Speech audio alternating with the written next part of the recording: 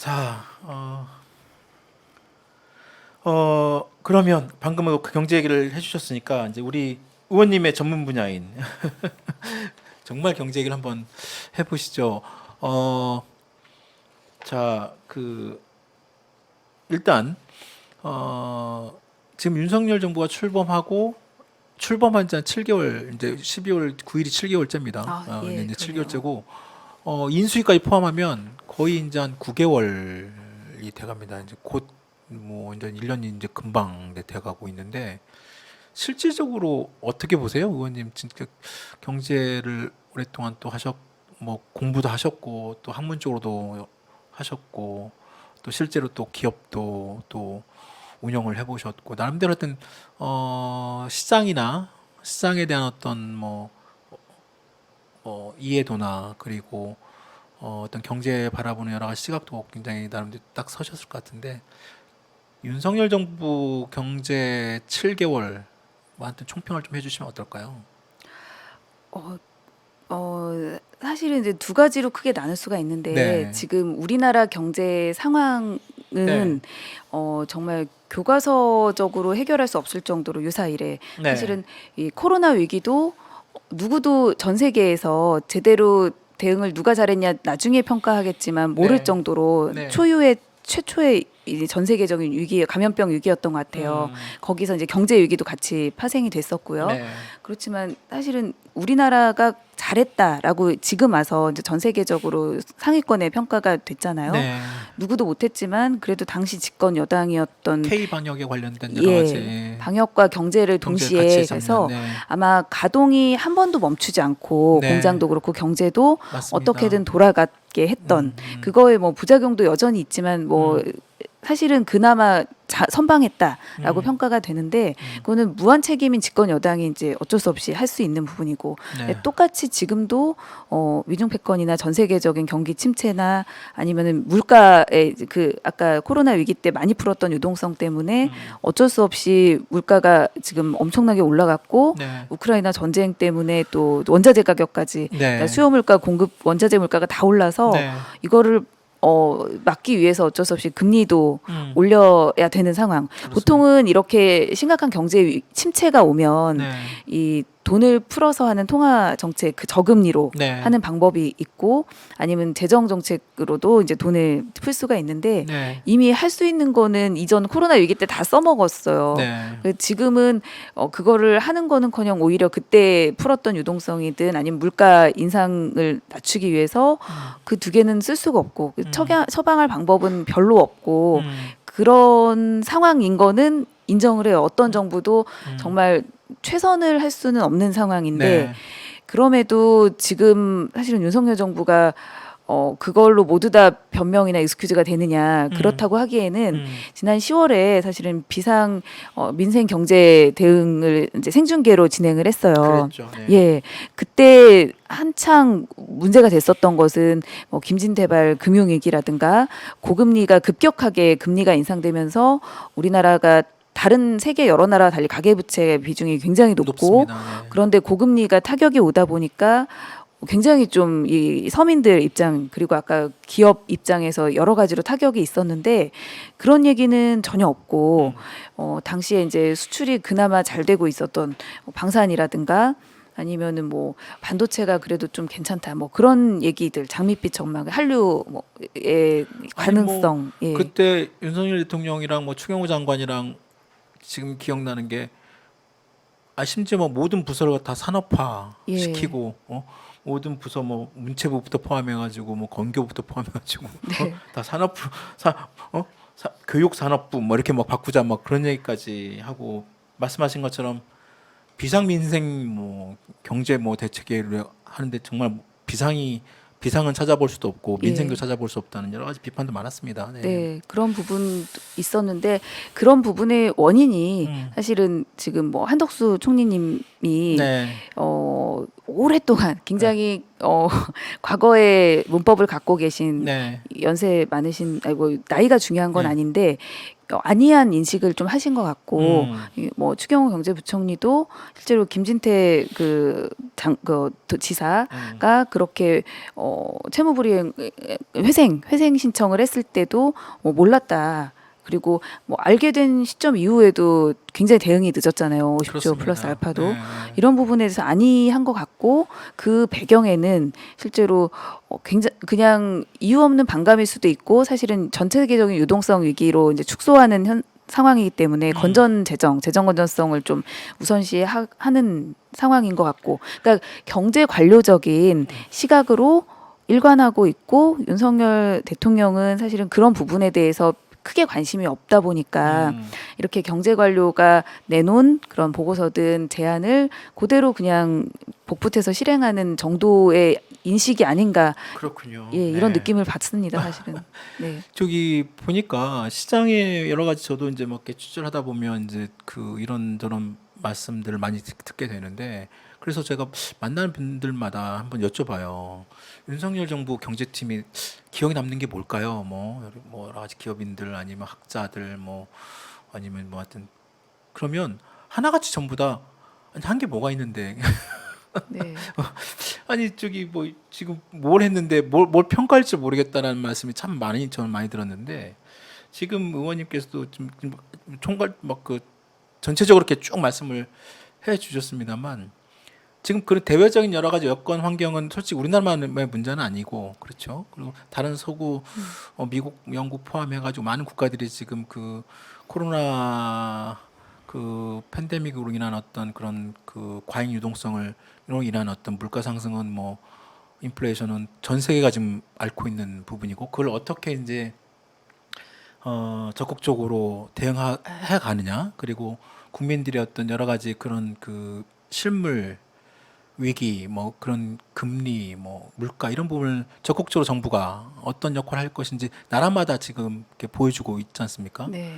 근데 우리나라 정부는 아까 말씀 것처럼 뭐 과거 K 방역과 경제를 두 마리 토끼를 잡고 나름대로 서구 막 그에서 한국의 어떤 그런 운용 방안, 심지어 그러니까 문재인 대통령이 G7에 초청받아가지고 그걸 얘기를 하고 그랬지 않습니까? 근데 그런 부분이 제대로 이렇게 이전돼서 다음 정부에 이렇게 이전되는 게 아니라 전혀 다른 방향으로 운용되다 보니까 오히려 국민들 입장에서 보면 더 힘든 시기를 좀 보내고 있지 않나라는 얘기도 많이 나오고 있습니다. 그래서 지금 또 그 시장에 지금 여러 가지 뭐그 자산 시장뿐만 아니라 금융 시장, 그리고 부동산, 그다음에 뭐 하여튼 전반적으로 지금 침체 국면에 있는데, 그래서 일부에서는 제2 IMF가 또 오는 거 아니냐. 특히 한국 국민 우리들은 IMF의 외환위기라는 트라우마가 또 있잖아요. 네. 그러니까 그런 부분만 나오면 또 막 정부에서도 막 되게 막 히스테리적 반응도 보이고 막 그러던데, 어떠세요? 지금 그런 여러 전문가들 어제 한은에서도 내년 경제 전망을 더 낮게 받고 물가도 내년 초까지는 5% 이상 계속 유지가 될 거다고 막 이렇게 전망치도 내놓고 있는데, 제2 IMF 그런 전망에 대해서는 우리 의원님 보시기에. 저 사실 IMF의 뭐 정의가 다를 수 있는데 그때는 외환 위기였긴 그렇습니다. 했고, 네. 그리고 글로벌 금융위기 2008년도는 이제 2008년에 네. 예, 그런 위기였는데 지금 상황이 보면 한국 경제 유리한 게 하나도 없는 상황이죠. 외부 네. 환경은 네. 사실은 이 미중 패권 다툼과 전쟁으로 인해서 공급망 위기가 그러니까 사실 우크라이나 전쟁도 원래는 한 올해 그 윤석열 정부가 출범할 당시에는 혹시라도 11월 전에 끝날 가능성이 있다라는 이 전문가들의 의견이 있었어요, 일부는. 네. 근데 지금 상황에서는 정말 장기화될 것 같고, 그렇게 되면 에너지 위기가 계속되고 우리나라 뭐 지금 한전 적자도 되게 문제인데 이런 부분이 쉽게 해소가 안 될 것 같습니다. 네. 그리고 고물가, 고환율 고물가 이런 고금리 이런 부분이 미국이 실제로 우리나라는 조금 낮지만 거기가 물가가 전혀 안 잡히고 있는 것 같아요. 그렇습니다. 예, 지금 예. 미국의 지금 그 소비자 물가 지수가 상대적으로 그 막 상승하는 추세는 약간 꺾였다고 하지만 예. 여전히 높죠. 예. 예, 이번에도 또 뭐 미 연방제도 이사에서 또 경기 네. 침체를 또 강하게 또 얘기를 한 바람에 네. 그렇죠. 그래서 미국에서는 지금 아마도 기준금리를 더 올릴 것 같고 네. 현재 우리나라 기준금리, 한은 네. 기준금리가 3.25인데 네. 이게 아마 최근 20년 동안 이가 가장 높은 그렇습니다. 상황인데 네. 그럼에도 불구하고 미국과의 그 금리 격차가 지금 전망이 1.25에서 더 1점 더 올라갈 더 벌어질 가능성이 높다 는 얘기 것 나옵니다. 같잖아요. 네. 그럼 이 부분에 있어서도 이제 빠져나갈 음. 수도 있고 음. 그나마 우리나라가 빠져나간다는 지금 국내에 있던 외국 자본이 빠져나갈 가능성 말씀하시는 건가요? 예, 외국 자본도 빠져나가고 또 환율도 좀 방어를 해야 되니까 네. 우리가 이보다 금리를 그러니까 더 우리도 인상해야 되는 또 어려움이 있잖아요. 네. 네. 근데 이런 부분이 당장은 지금도 벌써 우리 영끌족이라든가 가계부채가 굉장히 금액이 많은 분들은 정말 지금도 정말 고통스러운데 네. 그래도 이게 한 2, 3개월, 3, 4개월은 버틸 수도 있어요. 좀 지출을 줄이고 네. 뭐 아니면은 약간 사채를 좀 끌어들인다거나 여러 가지 방법으로 우리나라 국민분들이 정말 잘 갚으려고 노력하신 분이에요. 제가 논문 자체를 네. 이런 신용 위험이라든가 그런 거 쓰셨더라고요. 예, 네. 가계부채 우리나라 쪽이나 국민처럼 이렇게 착하게 빚 많이 갚는 나라 많은 국민들도 없다고 예. 하더라고요. 네. 네, 그래서 어떻게든 몇 달은 버티는데 네. 분명히 금리가 더 인상되고 네. 그 인상보다도 물가도 높은 수준에서 계속 유지가 되고 금리도 고금리가 유지가 되면 네. 이게 몇 달 이상 지속이 안 그렇습니다. 됩니다. 그리고 네. 당장 여기서 도산이나 여러 가지 위기가 기업들도 지금 굉장히 힘들어하고요. 나타나는데 실제로 월급을 제대로 받고 있는 도산까지는 안 가는 국민들조차 실제로 가계부채가 상당하고 금리 이자도 높으면 소비를 안 해요. 네. 다들 지금 저희도 이제 지역구다 보니까 네, 이제 네. 어머니들도 만나면 당장 커피도 안 사 먹고 음. 그리고 아이들 학원비도 줄이고 뭐 스터디 카페라고 되게 비싼 또 도서관실 네. 개념이 네. 있고 네. 네. 그런 것도 줄이고 피트니스 줄이고 다 줄이고 되는데 그렇죠. 그렇게 되면 결국에 내수 시장도 음. 굉장히 위축된단 말이에요. 저희가 지금 20년 만에 무역 적자 지금 무역 수지 적자가 지금 8개월째 계속 예. 이어지고 있습니다. 네. 예, 이렇게 무역이 이렇게 낮아진 거는 네. 처음인데 사실 그 이유는 전 세계적인 그런 사이클이 경기 침체 사이클이 예, 네, 들어오기 때문에 반도체라던가 자동차 네. 이게 저희가 주력 산업 철강도 네, 마찬가지인데 맞습니다. 네. 그런 업종들이 네. 실제로 전 세계 경기 침체 영향을 직격탄을 받거든요. 맞습니다. 네. 근데 이게 금세 회복될 것 같은 분위기는 아니고 네. 그런데 우리가 내수마저도 굉장히 이렇게 가계부채나 고금리로 위축된다면 이게 굉장히 어려운 그러니까요. 상황입니다. 이게 참 그 의원님 말씀하신 것처럼 지금 뭐 아까 그 대외 변수의 어떤 미국의 어떤 뭐 그 금리 그리고 또 현재 한국은행의 어떤 기준금리 그게 더 앞으로 좀 올라갈 것으로 더 보이고 있고 그러다 보면 지금 현재 주택담보대출 포함해가지고 뭐 신용대출 이런 거 보면 마통이라고 하잖아요. 마이너스 네. 통장까지 보통 금리가 막 예전에 3, 4%에서 지금 막 7, 8%막 네. 마통 이런 것은 막 10% 다른 어떤 뭐 금융 파이낸스 이런 것도 보통 막 두 자릿수가 되니까 전보다 한 5, 6%포인트 이상 막 갑자기 확 그 인상이 오니까 나름대로 아까 말씀하신 그 젊으신 또 20대 후반, 30대 초반, 30대 후반 그 뒤늦게 또 막 부동산 시장에 또 막 그 네. 막차를 타신 분들 입장에서는 또 막 한 달에 자기가 갚아야 할 돈이 갑자기 막 100만 원 이상씩 막 확 늘어나는 거예요. 뭐 그러니까 100만 원대에서 200만 원대로 200만 원까지 막 예. 넘어가고 그러니까 당연히 아까 지금 우리 특히 한국 경제에서 가장 뇌관이라고 하는 그 가계부채가 다른 나라에 비해서 좀 더 굉장히 높고 예.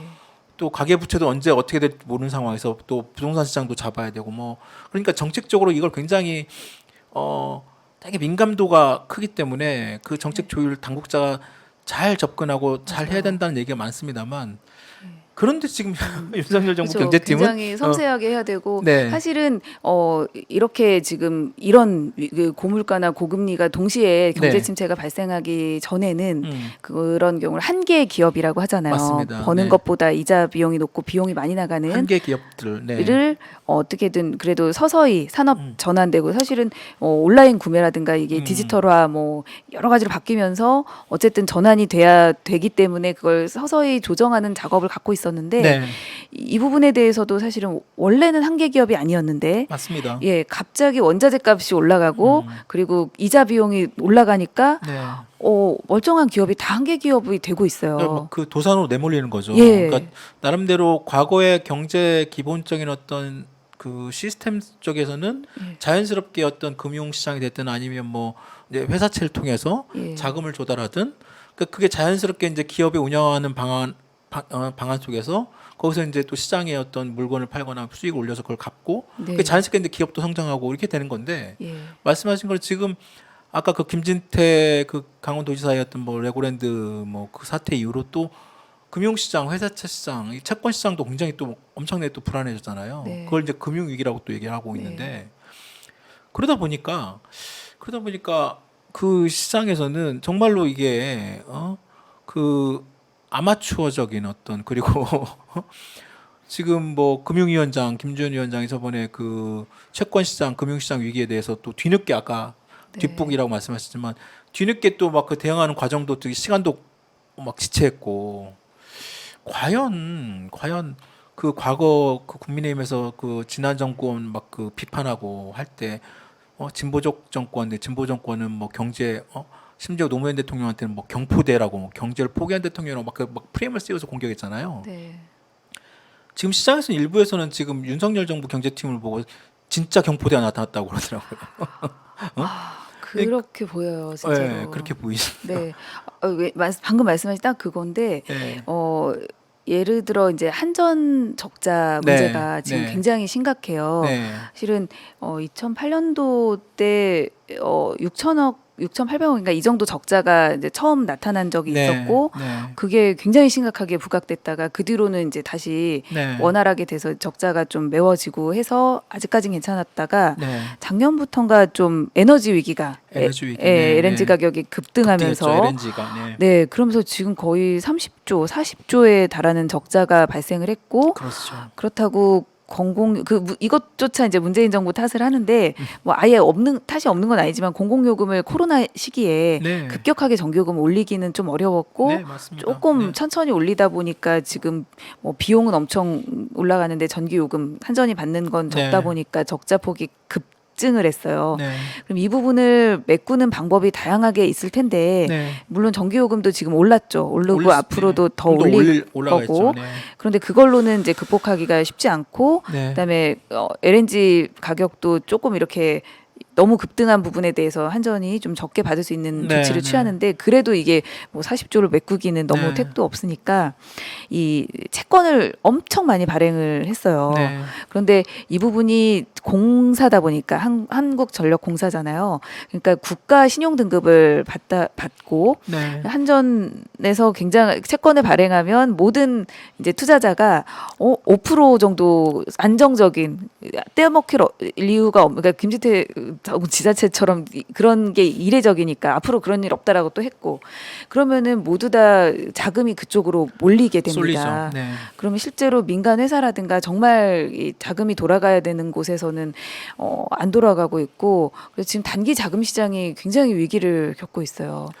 그러니까 한전채가 한때 그 완전히 정말로 초우량. 네. 그리고 이율도 그렇게 높지 않았습니다. 예. 그런데 이제 그 아까 그 김진태발 금융위기 뭐 이런 것 때문에 그 채권 시장에서의 어떤 그 정말로 제대로 신용도가 높은 기업마저도 자신들의 회사 이름의 어떤 채권을 발행해도 사주질 않고 네.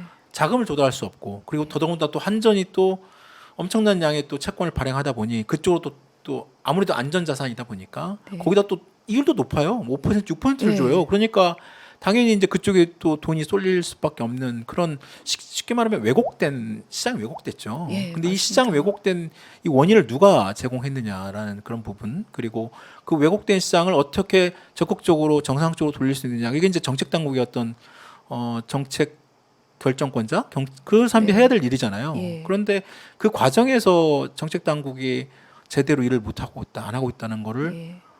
보수적으로 보는 시장 쪽 사람들이 그런 얘기를 더 하던데요. 하더라고요. 그렇더라고요. 이게 우왕좌왕하고 있는 것 같고 그리고 방금 말한 이제 공사체 발행에도 신중을 기해야 되고 네. 예 그리고 실제로 그러니까 사실은 이런 경우가 아까 말한 교과서적으로는 풀 수가 없는데 네. 금리는 그래도 올려가면서 네. 기존에 많이 이게 풀어졌던 유동성도 네. 조금씩 걷어들이는 기조를 하면서도 네. 이런 가장 문제가 되는 단기 자금 시장 네. 이런 부분에 대해서는 돈을 좀 풀거나 네. 그다음에 아까 원래는 아니었던데 갑자기 한계 기업이 된 중소기업이던 네, 네, 네. 아니면 이런 소상공인 자영업자 조금만 이렇게 살려줘도 되는 데 같은 경우는 잘 이렇게 원활하게 그러니까 자금을 걷어들이면서 특정 부분에 공급해야 되는 굉장히 섬세한 그 경제 정책을 써야 되는데 네. 좀 대응을 너무 안일하게 하는 느낌은 듭니다. 그렇군요. 예, 산자위에 계시니까 아무래도 예. 그런 중소벤처 예, 그쪽 기업들 입장도 많이 들으실 텐데요. 네. 이게 기업들이 요즘 너무 힘들다고 심지어 뭐 네. 대기업들도 제대로 자금 조달 못 해가지고 뭐 시장에서 뭐 여러 지금 얘기들이 나오고 있고 심지어 뭐 지방의 건설 일부 사람들이 이미 이제 뭐 그런 도산 도산 부도로 내몰리고 또 그 PF 프로젝트 파이낸싱 그쪽도 지금 완전히 자금이 얼어붙어가지고 네. 이게 지금 정말로 이게 일반 국민들 입장에서는 당장 이게 나한테 뭐 피부로 와닿지 않게 느껴질 수도 있습니다만 그런 어떤 것이든 자금 시장이 됐든 그런 부동산 시장이 됐든 그런 부분들이 자꾸 이렇게 삐걱대거나 아니면 뭐 어디에서 뭔가 팍 터지면 이 전체 경제에 그렇지 않아도 지금 굉장히 위험하고 아슬아슬한데 네. 네? 그래서 그 산업 정책 특히 뭐 미국의 IRA 그쪽도 네. 어떻게 보십니까? 지금 정부 사이드에서는 오늘 뉴스 보니까 프랑스 마크롱 대통령이 바이든 대통령 지금 프랑스 마크롱 대통령이 미국 국빈 방문하고 있는데 그 IRA 있잖아요. 그 인플레이션 방지법 이거에 대해서 좀 유럽 연합 쪽에 좀 피해를 입는다. 그래서 네. 조정할 수 있다라고 이게 발표를 했어요. 네. 네. 어떻게 보세요, 의원님? 사실은 한국 정부의 어떤 이런 거 대응이나 이런 것들. 예, 당시 IRA 그 법안이 공개되는 상황에서 음.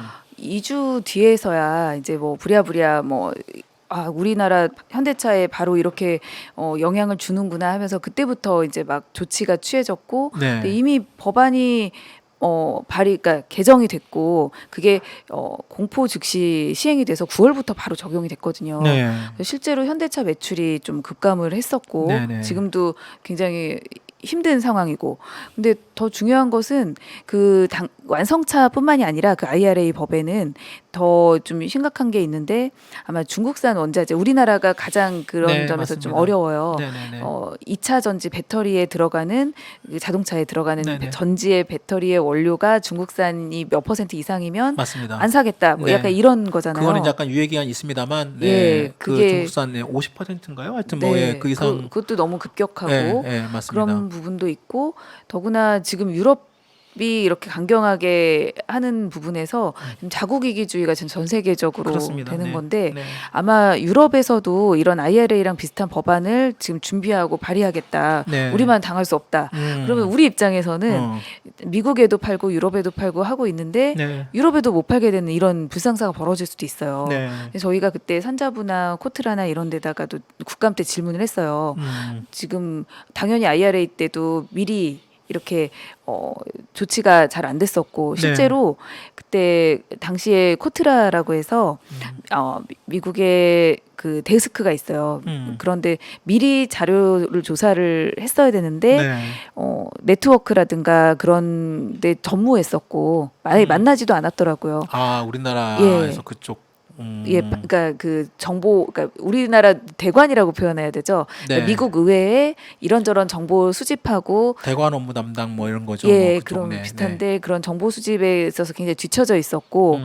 그런데 중요한 거는 지금 미국에 레슨이 있었잖아요. 네. 그러면은 유럽에도 비슷한 법안을 준비하고 있는데 음. 똑같이 물어봤어요. 그럼 유럽의 법안 같은 경우는 미리 이렇게 개정되거나 이 이슈화 되기 전에 사전에 네. 이제 우리나라가 뭐 저기 파는 것도 있지만 유럽 입장에서도 좀 우리나라가 무시할 수 없는 굉장한 경제 대국이잖아요. 네, 네. 한류도 있고 그래서 네.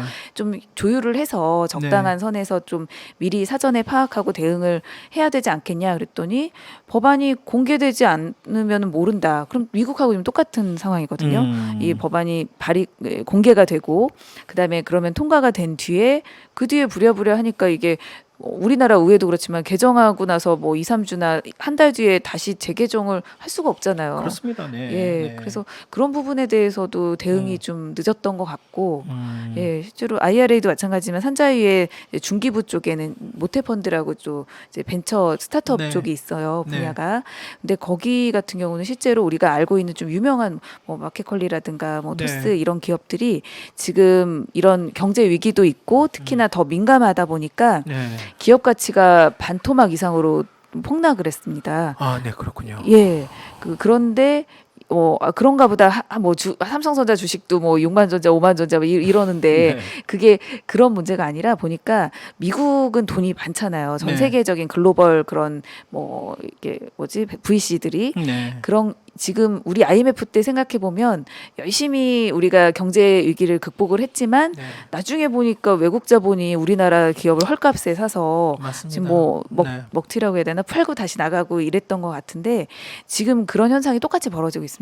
우리나라 좀 유니콘 기업들 뭐 카카오톡도 들어가 있는 그런 엄청난 펀드를 아주 그러니까 예전 같으면 사지 않았을 텐데 네. 최근에 이렇게 기업 가치가 하락됐을 때 많이 사가고 있어요. 외국계 자본들이. 그러면은 사실 우리나라가 다른 나라에 비해서 사실은 미국은 이제 구글이라든가 뭐 이런 데가 굉장히 잘 되고 있지만 우리는 뭐 네이버, 카카오 그리고 다른 유니콘 뭐 당근마켓 여러 가지 유니콘 기업들이 우리나라 국민들이 굉장히 잘 이용하고 있었는데 그런 기업들의 주요 지분들이 외국으로 이제 가게 되면 사실은 좀 우려스러운 면은 있죠. 이런 부분이.